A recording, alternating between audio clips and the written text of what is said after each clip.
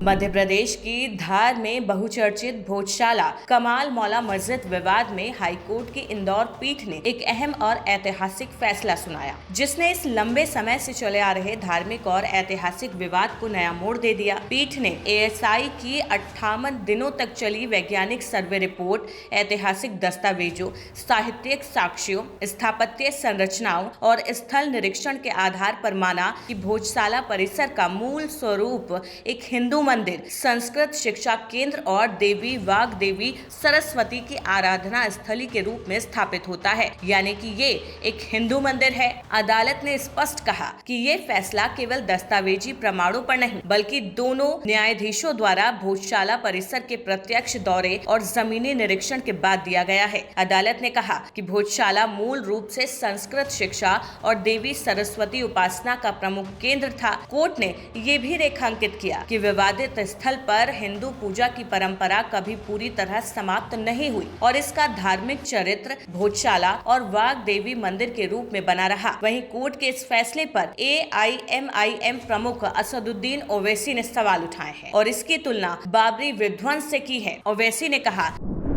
कि ये फैसला संवैधानिक मूल्यों के अनुरूप बिल्कुल नहीं है। बाबरी मस्जिद राम मंदिर विवाद पर दिए गए फैसले ने एक धर्म को सर्वोच्चता प्रदान करते हुए अन्य धर्मों के पूजा अधिकारों को प्रभावी रूप से कमजोर कर दिया है। कल कोई भी विभिन्न पूजा स्थलों की पवित्रता को चुनौती देने के लिए आगे आ सकता है। ये विशेष रूप से चिंताजनक है, क्योंकि बाबरी मस्जिद राम मंदिर मामले में सर्वोच्च न्यायालय ने स्वयं पूजा स्थल अधिनियम के महत्व को संविधान के मूल ढांचे से जोड़ते स्वीकार किया था कि एक ऐसा सिद्धांत जिसे न्यायालय ने आज पूरी तरह से नजरअंदाज कर दिया। पूजा स्थल अधिनियम का मजाक उड़ाया जा रहा है। बता दें कि पीठ ने साल 2003 में एएसआई द्वारा जारी उस आदेश को रद्द कर दिया जिसमें हिंदू पक्ष के पूजा अधिकार सीमित किए गए थे और मुस्लिम समुदाय को नमाज की अनुमति दी गई थी। अदालत ने कहा कि 2003 का आदेश हिंदू पक्ष के संवैधानिक अधिकारों को प्रभावित करता है, इसलिए उसे निरस्त किया जाता है। साथ ही कोर्ट ने निर्देश दिया कि भोजशाला परिसर का प्रशासन, संरक्षण, प्रबंधन एएसआई के पास ही रहेगा और केंद्र सरकार और संबंधित प्रशासन तीर्थ यात्रियों के लिए सुविधाएं, सुरक्षा,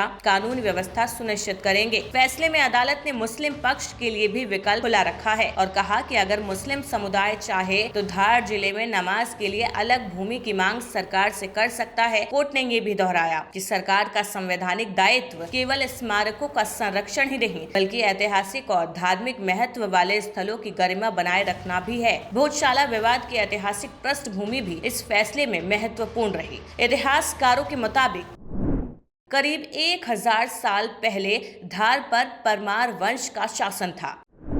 राजा भोज ने 1034 ईस्वी में यहाँ एक संस्कृत महाविद्यालय की स्थापना कराई थी, जिसे भोजशाला कहा गया। ये स्थल देवी सरस्वती की पूजा से भी जुड़ा था।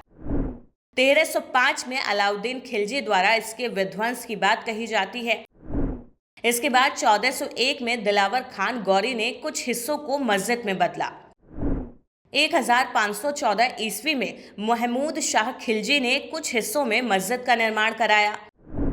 साल 1875 ईस्वी की खुदाई में यहाँ देवी सरस्वती की प्रतिमा मिलने का भी उल्लेख है। वहीं हिंदू पक्ष के वकील विष्णु जैन ने इस फैसले को अत्यंत ऐतिहासिक बताते हुए कहा कि अदालत ने हिंदू पक्ष की मूल दलील स्वीकार की है और पूरा परिसर मूलतः मंदिर है। उन्होंने देवी वाग्देवी की प्रतिमा को भारत वापस लाने की मांग पर भी अदालत द्वारा विचार किए जाने को महत्वपूर्ण बताया। कुल मिलाकर हाईकोर्ट का ये फैसला भोजशाला विवाद में केवल धार्मिक दावे का फैसला नहीं, बल्कि ऐतिहासिक, पुरातात्विक और संवैधानिक दृष्टिकोण से दिया गया व्यापक आदेश माना जा रहा है। अदालत ने साफ किया कि वैज्ञानिक निष्कर्षों और सांस्कृतिक विरासत की अनदेखी नहीं की जा सकती और भारत की प्राचीन सभ्यता, आस्था और इतिहास की रक्षा संविधान की मूल भावना का हिस्सा है।